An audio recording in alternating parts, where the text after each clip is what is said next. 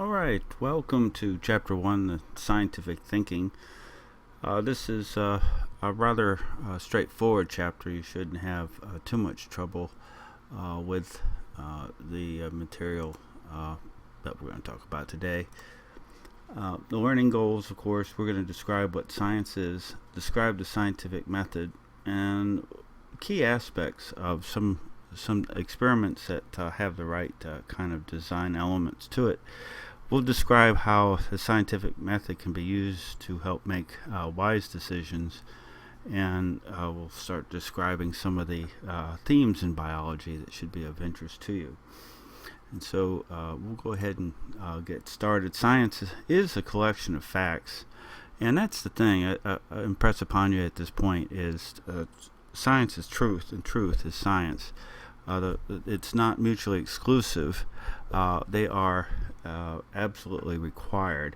But anyhow, it's just the way that we can try to understand the world. So what is science? What is biology? First of all, if you're interested or if you've known someone that is a scientist, they usually carry sometimes pocket protectors, or their pant leg is kind of tucked in their sock.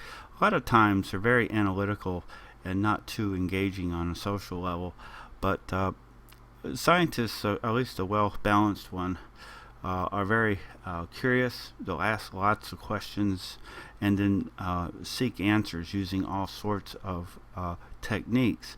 But the scientific approach is one that is near to all scientists. Now, a lot of scientists, depends on the field, may have totally different types of concepts or topics that they deal with, but the approaches are very similar. For example, you ask various questions. Does radiation released by cell phones cause tumors? Antibacterial hand soaps better than regular soaps? Or if you take mega doses of vitamin C, does it help you prevent you from getting a cold? Well, these are questions you can try to answer using a scientific approach.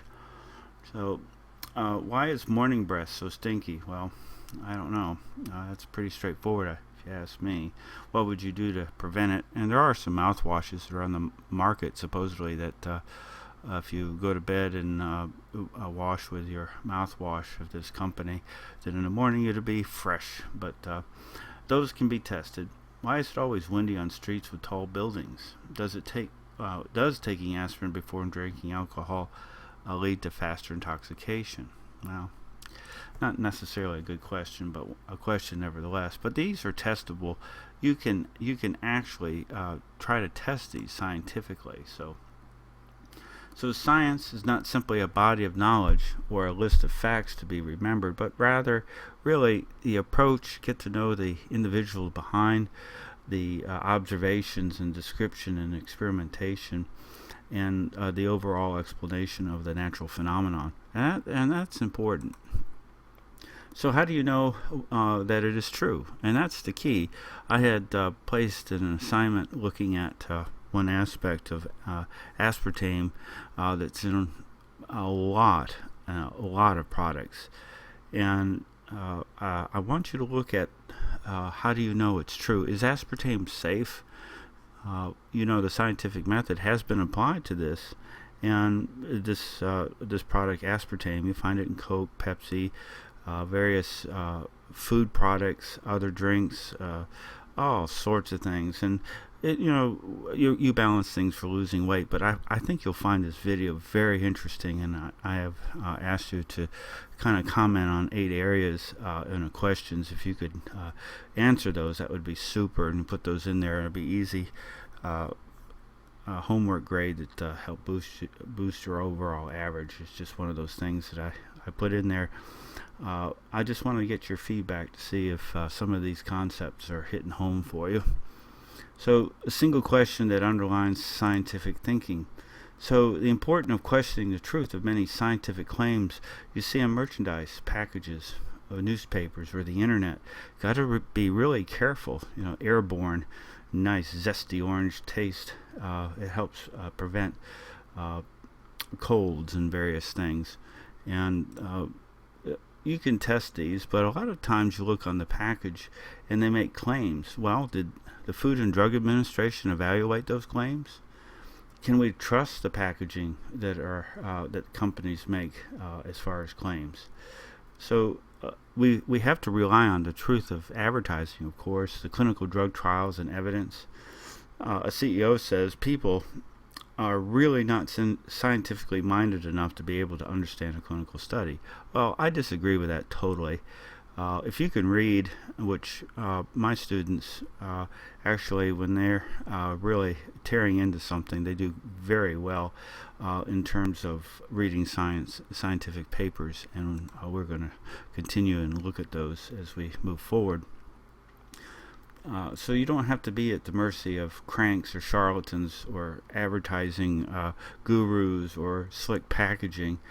Learn exactly what it means to have scientific proof or evidence, and it's not we're not naive. There are a lot of things that can affect scientific proof and evidence in terms of politics and financial motives and that sort of thing, and again, that video for the assignment really explores that. And again, I don't want to oversimplify this concept, because in reality the scientific proof is really up to you to discern where do those scientists work, who do they work for, what is the motivations, who's funding the research, those types of questions. So in addition to thinking scientifically, we also have to be aware of some of the motivations behind the scenes. So we try to do the best we can.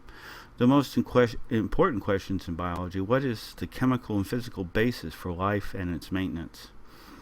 And the chemical and physical basis for life is really what a large part of what this course is going to be about. How do organisms use genetic information to build themselves and to reproduce? And this is another topic we're going to explore. And it has a lot of implications in your daily life and decisions that you might make for your family or yourself. What are the diverse forms of life on the earth? What forms do they take, and how is that diversity arisen? Well, we're gonna talk about those sorts of things. How do organisms interact with each other and with their environment? Again, we'll explore that. So, scientific literacy. How do we think scientifically? How do we use knowledge we gain to make good decisions? We have to inform ourselves. I always call it doing our homework. It's increasingly important in our lives as we get more and more data, more and more sources of that data. Which ones do we trust? And we're going to explore that.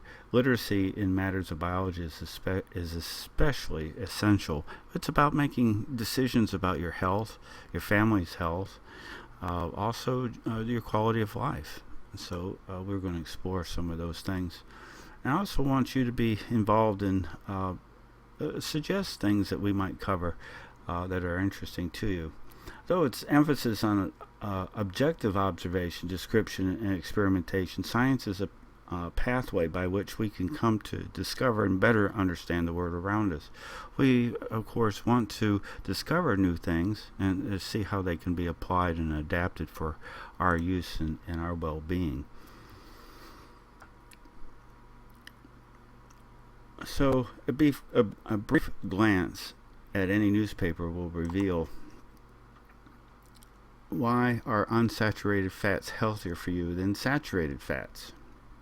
How can a simple double bond carbon versus a saturated or fully hydrogenated carbon bond be healthier or unhealthy?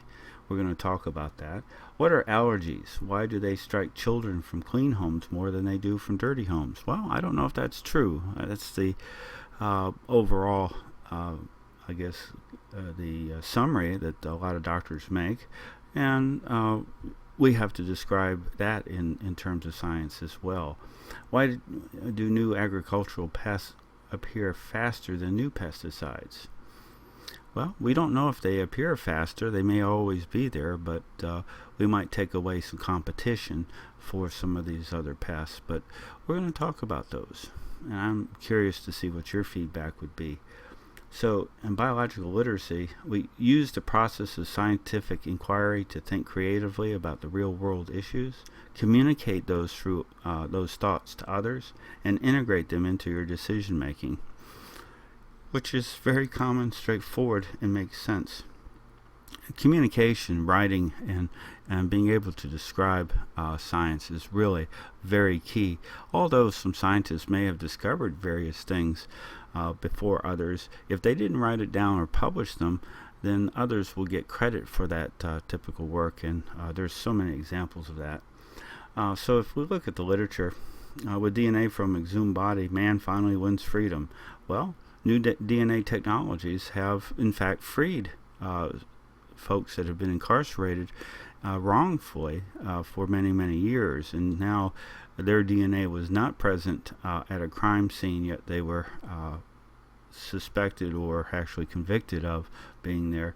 And steroids, taking kids, we see that topic now a lot in the news about athletes on steroids. Well, the effect on children is greatly much more dangerous than that of adults, even though it's bad across the board, and it's illegal. And of course, global warming, and then the higher incidence, 1 in 500 now are born with some form of autism, even though they reframed the actual definition of being autistic. The incidence rate is very, very high compared to the way it was when, let's say, 30 years or so ago. Scientific issues permeate the law. Of course, the legal interpretations of now acquiring new tools, and let's say genetics, for an example, is we can't patent certain forms of life if it's appeared to be obvious.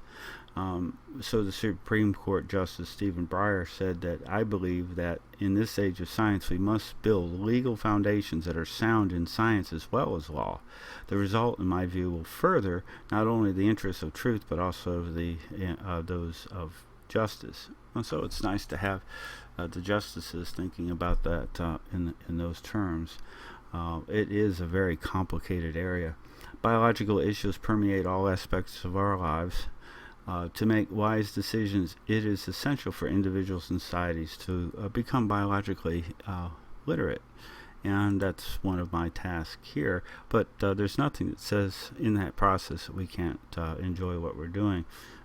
So the Dalai Lama says, if science proves some belief of Buddhism's wrong, then Buddhism will have to change.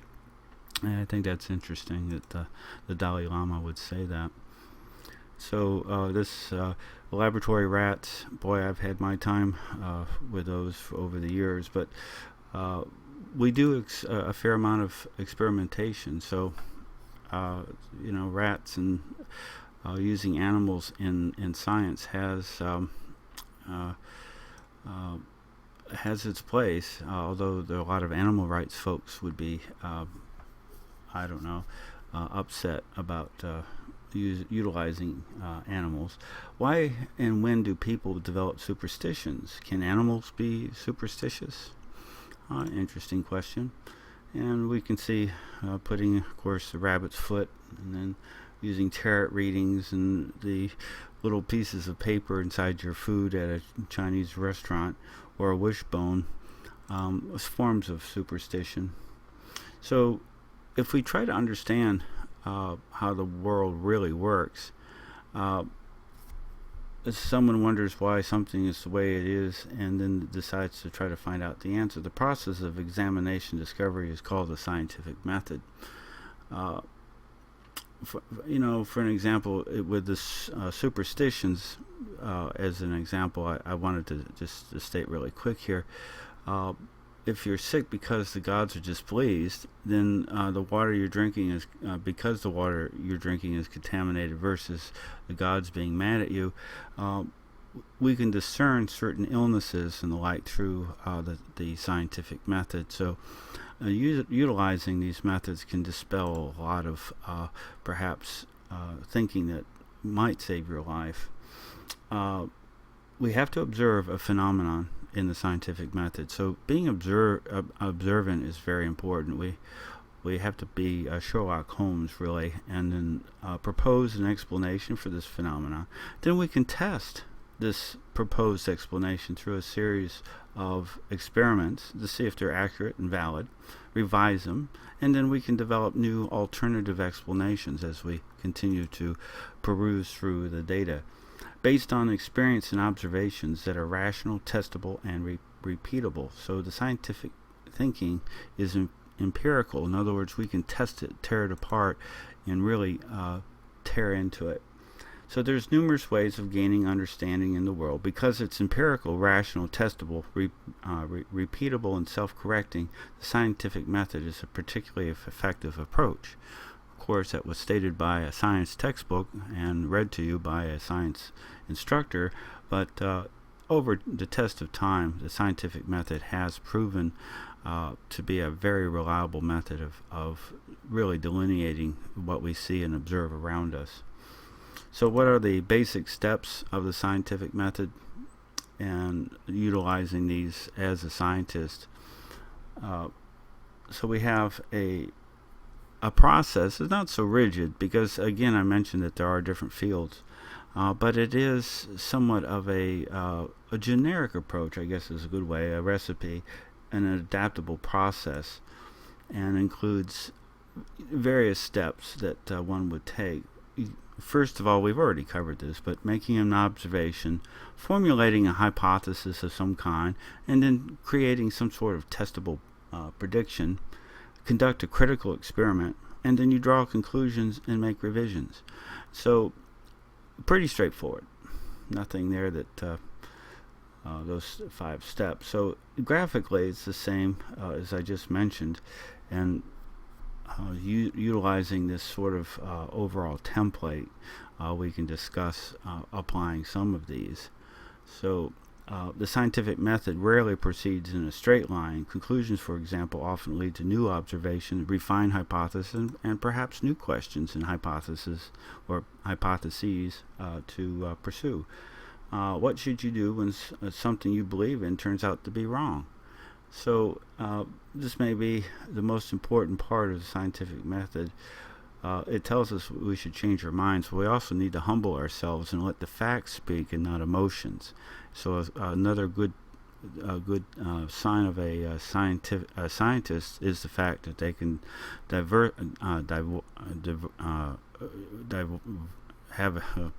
tongue-tied this morning, divorce yourself from the concept of emotion versus fact, and sort of like if you're a Star Trek fan, being analytical like Spock on that character, looking at things from a very unemotional point of view. So when we use the scientific method, it's been used for many years.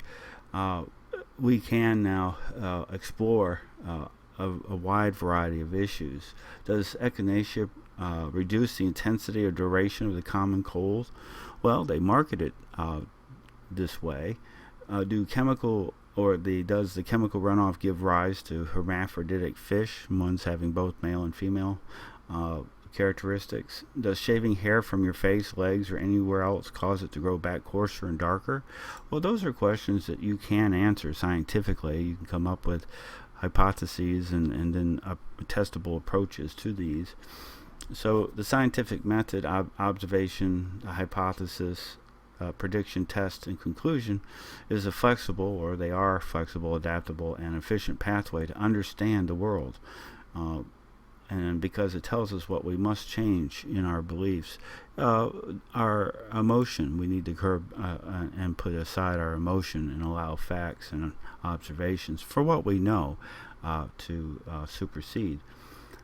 So, step one, making observation. Look for the interesting patterns, cause and effect relationships. So, actually, these sorts of probings are fun, trying to challenge one to look at perhaps a new way.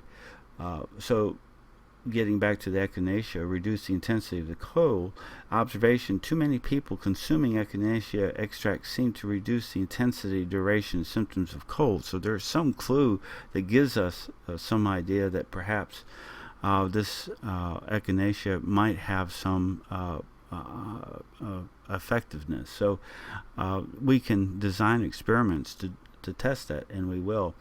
And other questions: does the chemical runoff give rise to these hermaphroditic fish? And of course, the hair is shaved, growing back darker and coarser. So we can address those sorts of things. So the scientific method begins by making observations, gut feel from what you might experience firsthand yourself, or you might have more than a gut feeling, I guess, and that is emotional from the standpoint, but again, I would rather call it intuition that leads you to a good, perhaps a hypothesis.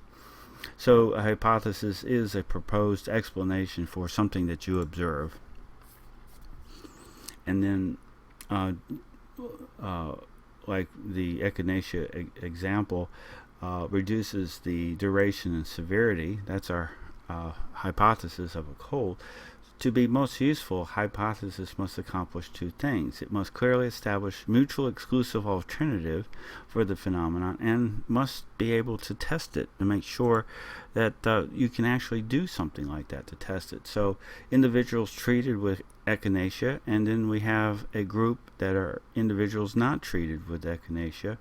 So if echinacea reduces the duration and the severity of symptoms of the common cold, then individuals taking echinacea should get sick less frequently than those not taking it.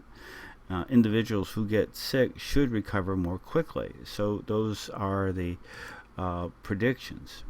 And so a null hypothesis, a negative statement that proposes that there is no relationship between the two factors. Now that is a possibility, and it does happen quite often.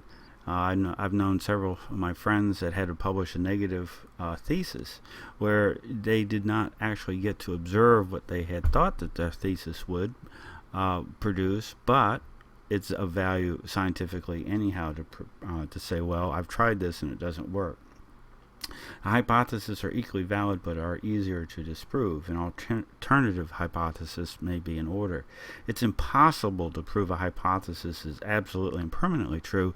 It has to just pass the test of time. So those are things that we have to consider. Echinacea reduces the duration and severity of the symptoms of the common cold. Okay, or as a null hypothesis, echinacea has no effect on the duration and severity of symptoms of the cold. So you can see it's pretty straightforward type of conclusion. Estrogens in sewage runoff turn fish into hermaphrodites. Or as a null hypothesis, estrogens in sewage runoff have no effect in turning fish into hermaphrodites. And then our last one here. Hair that is shaved grows back coarser and darker, so the null hypothesis is that there is no difference in coarseness or color of the hair that's shaved relative to shaving it back. So hypothesis is a proposed explanation for a phenomenon. So now doing the test, trying to test that prediction suggests that under certain conditions we'll make certain observations. So keep in mind that any one of several possible explanations could be true.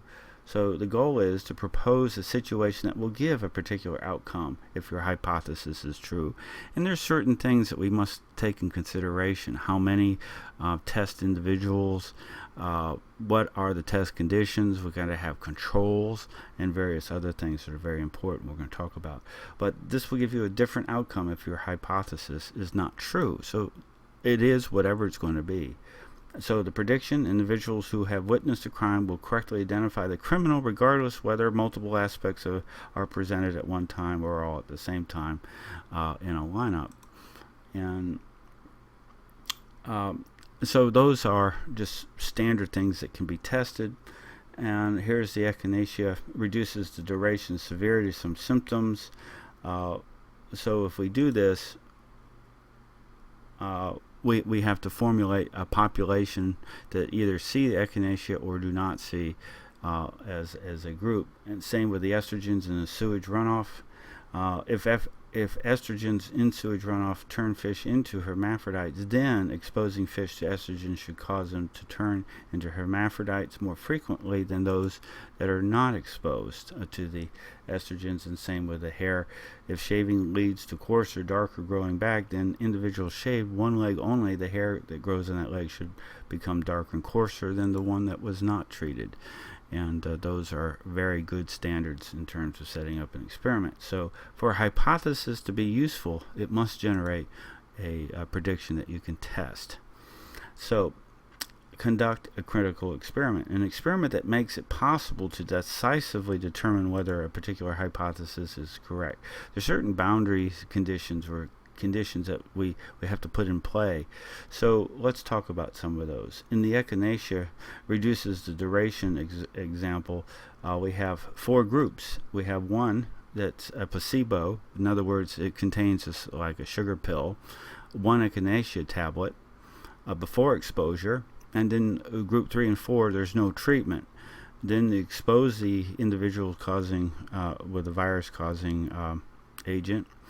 And then you treat again after the exposure, one placebo, one echinacea tablet to the group 2 that's already received it at one time.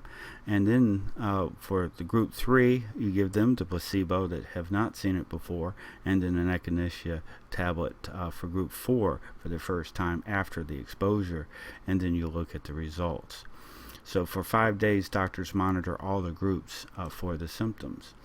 So the experimental group is 437 volunteers into 4 groups. So that's roughly 115 or so per group. And that's a good sample size statistically. So you want to have good numbers. And then, of course, I just mentioned the conditions of group 1 and 2 receiving as a before the treatment. Then you expose all of the 4 groups to the virus, and then you follow up with the echinacea for all the 2 and 4, and then 1 and 3 groups get the placebo. So hypothesis for another one to look at, estrogens and sewage runoff. What are some possible experimental ideas? Well, you can think about that, but it doesn't always have to follow in straightforward. You can have different conditions where you increase the amount of estrogen, or you don't know how much it might be affected. There may be a threshold, and could be all sorts of different hypotheses and tests that you could come up with. Same with shaving and cutting hair. The hair that is shaved grows back. We can come up with experiments to do the same for that testing. So these do add some interesting elements of creativity and being able to manipulate various conditions to examine these questions. So a critical experiment is one that makes it possible to decisively determine whether a particular hypothesis is correct, at least continuing on with the proof. So finally, we draw conclusions, a trial and error, and make revisions if necessary. So what is important that we attempt to demonstrate that our initial hypothesis is not supported by the data. If it is not, we might adjust our hypothesis and then come up with a new test. I hope you're following me on that. It's pretty straightforward. To further refine a hypothesis, make new and more specific predictions that you can test. You want to arrange them so they can be. So, hypothesis about echinacea: individuals from all four groups are just as likely to develop a cold. Cold symptoms lasted for the same amount of time in all groups. Echinacea had no effect on the duration. Further experiments, you might alter the amount of echinacea given. So it may be, again, a threshold of the amount after a length of time subjects receive the treatment. So experimental conclusions often generate new ideas for further experimentation. So that's part of that. So the estrogens and the hair being shaved back are two viable ones, and coming up with experimental tests to show that. We may have to revise that hypothesis or explain what we observed, but scientific thinking helps us understand what we should change, at least in our minds, and again try to be devoided from emotion. When do hypotheses become theories? Two distinct levels of understanding that scientists use in describing our knowledge about natural phenomena. A hypothesis is a proposed explanation for a phenomenon. A good hypothesis leads to predictions that we can test. A theory is a hypothesis for natural phenomena that's exceptionally well supported. A hypothesis that has withstood the test of time and is unlikely to be altered by any new evidence. So, as it stands, we can say this theory, unless it's proven otherwise, is true.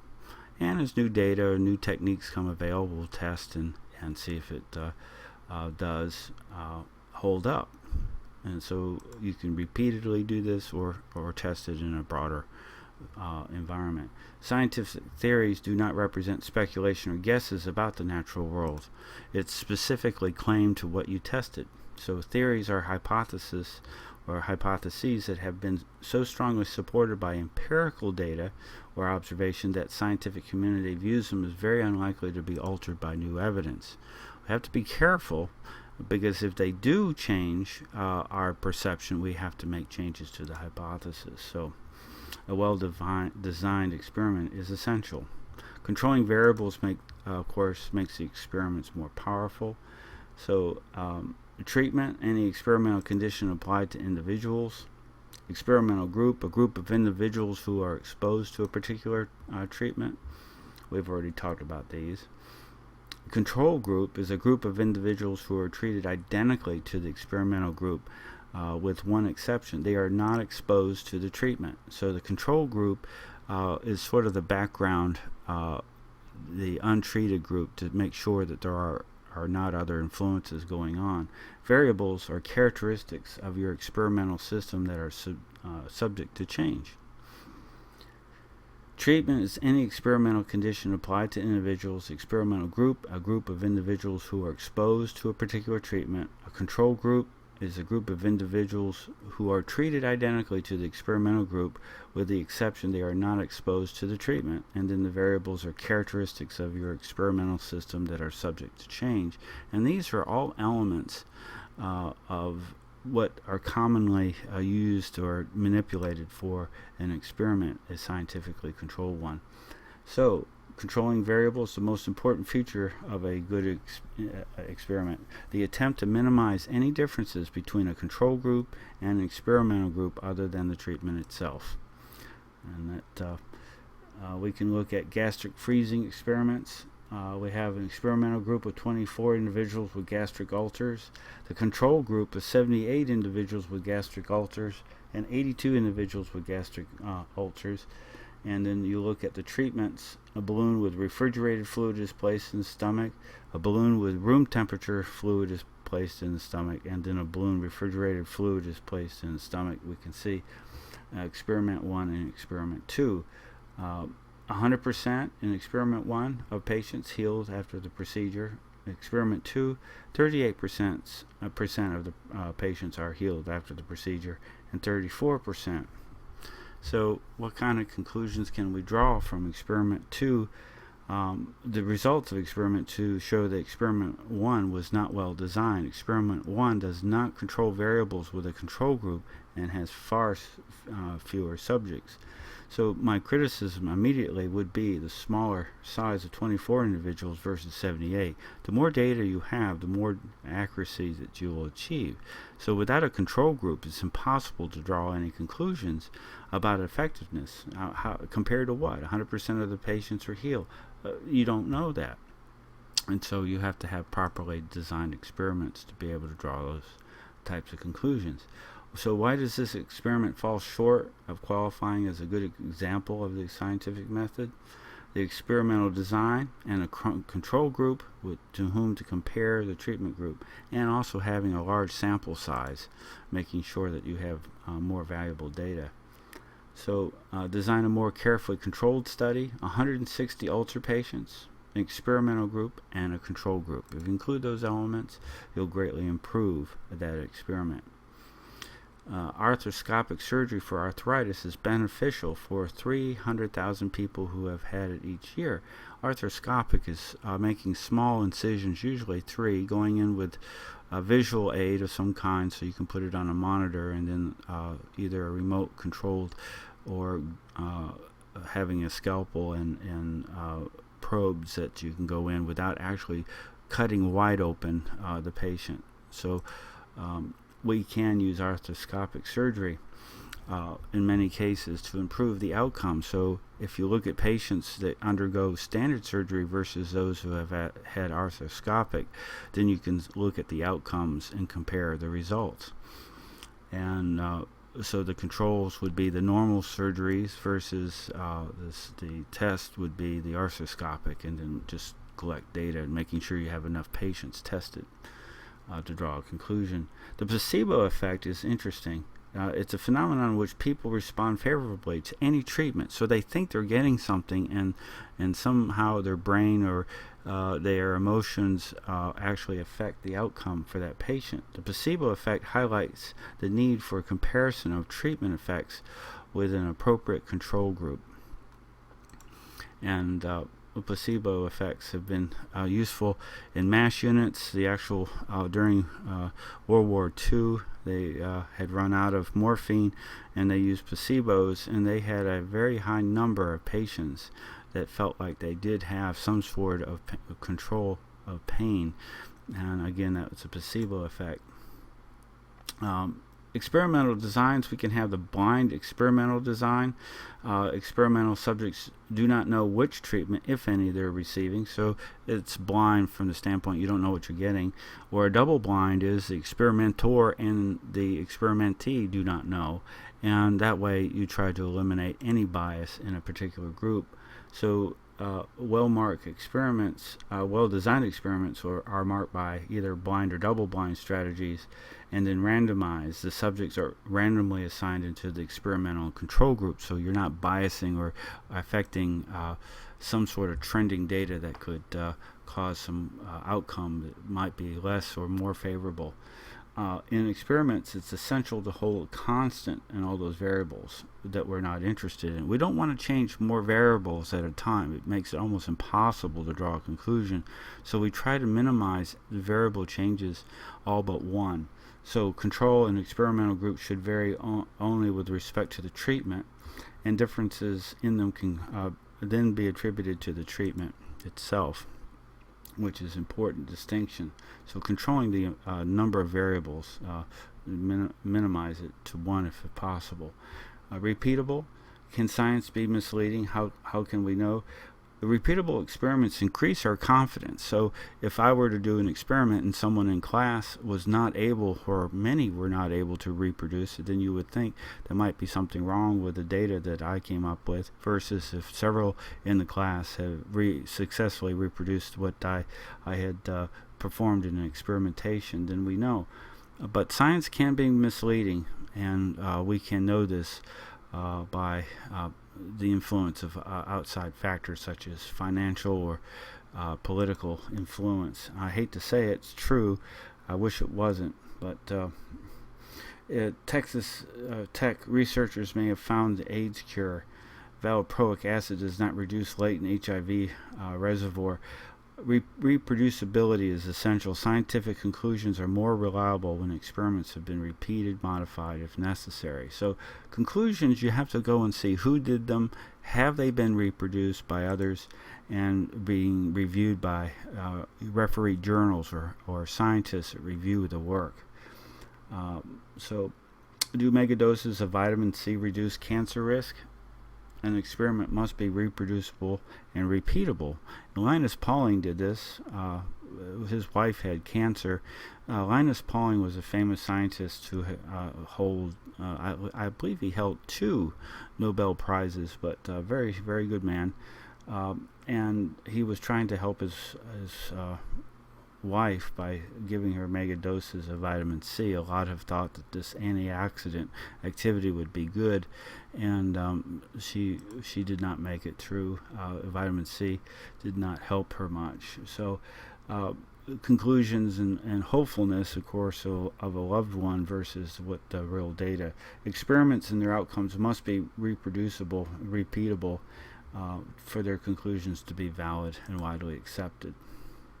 And that's just good science. We have to watch out for biases. Can scientists be sexist? How do we know? Well, looking at all the parameters, percentage of papers published with female first authors when the reviewers know of the sex of the author is 23%. When the reviewers don't know the sex of the author is 31%. When the sex of the leading author is known by reviewers, fewer papers of women are accepted for publication. Well, that's really sorry if that's true. Again, I would have to see more data to support that. But science is science. It shouldn't make any reference to male or female and who submits the papers. Biases can influence our behavior, including our collection and interpretation of data. With careful controls, it's possible to minimize such biases. And that video I asked you to, that YouTube video to watch, really discusses this concept so blatantly. It's almost embarrassing. It is embarrassing, actually, not almost. So the scientific method can help us make wise decisions, and that's really why I'm spending time with this for you. This is important. It affects everything that you do. If you do your homework, then you can believe some of the claims. Statistics can help us to make decisions. Keep in mind, Mark Twain said about statistics, there's lies, damn lies, and statistics. So Mark Twain was a very interesting and fellow. He talked about spin and how things can be altered. For an example, he talked about a fight that he got in, where his opponent was beat into submission by Mark Twain repeatedly slamming his face into his opponent's fist. Well, obviously, if you think about what he was describing, he was losing miserably, and it was not his face that was hitting the fist, it was the fist hitting his face. So it's all about perspective. So we have to be careful in how things are spun or data is interpreted in such a way that's truthful but misleading. Any set of analytical and mathematical tools designed to help researchers gain understanding of the data that they gather, statistics. So larger numbers of participants are better than fewer, and you if you want to draw general conclusions about the natural phenomenon. So don't get fooled when drawing conclusions about natural phenomena such as height. It's best to choose random and include as many as possible. So we want to get a good random sample. Does having access to a textbook help a student perform better in biology? Students who have access to a textbook scored an average of 81% on their exams, while those who did not scored an average of 76, plus or minus 8%. So you know what? I don't really see a whole lot of difference there, margining the error in there. But if you plot the data, students without textbooks, and if you utilize the bell curve and plot it, then you can see that statistics can quantify and summarize a large amounts of data, making it possible to draw more accurate conclusions. and you can see the data is represented here in a much more compelling fashion. So statistics can be used to help us identify relationships, or the lack of them, between variables. A positive correlation, meaning that one with a variable increases, so does the other, and that's a positive correlation. Correlation is not causation. Even though they correlate, doesn't mean that they are directly dependent or cause and effect. Statistical analysis can help us organize and summarize data, which is nice. I've used statistics for that purpose. Because much variation exists in the world, statistics can help us evaluate whether differences between a treatment and control group can be attributed to the treatment rather than a random chance. Pseudoscience and misleading anecdotal evidence can obscure the truth, which is very true. Identify two types of scientific evidence that frequently are cited in the popular media and responsible for people erroneously believing that the links between the two things exist when in fact they do not. And there are examples of these things in the media. You can see these time and time again. Pseudoscience, for definition, individuals make scientific sounding claims that are not supported by trustworthy methodical scientific studies. A good example might be that this mouthwash kills 99.9% of the germs. Well, bacteria grow logarithmically, and if you kill 99.9%, so what you've essentially done is if you have 10 to the 12th bacteria, you cut it down to 10 to the 10th. Is that sufficient? Does that show that it sounds scientific, but if you really think about it, it really doesn't do anything? Anecdotal observations based on one or few observations, people conclude that there is or not a link between two things. So here's Hollywood 48 miracle diet, delicious tasting, lose up to 10 pounds in 48 hours. Well, either it's going to pass through you in the form of flaccid diarrhea, or you're going to be vomiting, or both. And believing if the Hollywood 48 miracle diet is probably best to go ahead and sweat to the oldies. These types of things usually don't work. 4 out of 5 dentists surveyed recommend sugarless gum for their patients who chew gum. How many times have you heard that one? Well, how do they know what they know? Well, 4 out of 5 dentists surveyed recommend sugarless gum. Well, it doesn't say, okay, they recommend sugarless. It doesn't make any claims or any statements or any relationships, really. Just asking a bunch of doctors or dentists about chewing gum, it doesn't really say anything. So do not include a sufficiently large and representative set of data observations of the world, anecdotal observations. Data are more reliable than anecdotes. Of course, data speaks. It's true. Well, I know that certain children have gotten sick when they got a vaccine. We're going to talk about this at some point. Vaccinations and having all sorts of autistic effects or other things. And, there are data that show pros and data that shows con, and it's all about how the experiments are set up. So Carl Sagan, he was a fellow that was an astronomer, a very good one, and he had the Cosmos, I believe, a TV series for a period of time, but he was well regarded. Science is a way to call the bluff on those who only pretend to know to knowledge. It is a bulwark against mysticism, against superstition, against religions misapplied to where it has no business being. If we were true to its values, it can tell us where when we're being lied to, which is very true. So it takes the chance out of things and puts it in more believable, realistic. Pseudoscience and anecdotal observations can often lead people to believe that links between the phenomena exist, where in fact no such things. And that happens a lot, and it's up to us to discern those sorts of things. The scientific method will never prove or disprove the existence of God. You can't test that. Understanding elegance. Well, that's subjective. Subjective means, well, what's elegant to you is not elegant to me. What is beauty? So, you got to have those sorts of limits. The scientific method, above all, is empirical. In other words, we can count them, we can enumerate them, we can say this one versus that one. There's more that do, and there are those who don't. Value judgments and subjective information. Moral statements and ethical problems are issues that are not really involved in the scientific method. Although the scientific method may vary in the most effective path towards understanding the observable world, it cannot give us insights to the generation, value judgments, and other types of non-qualifiable subjective information.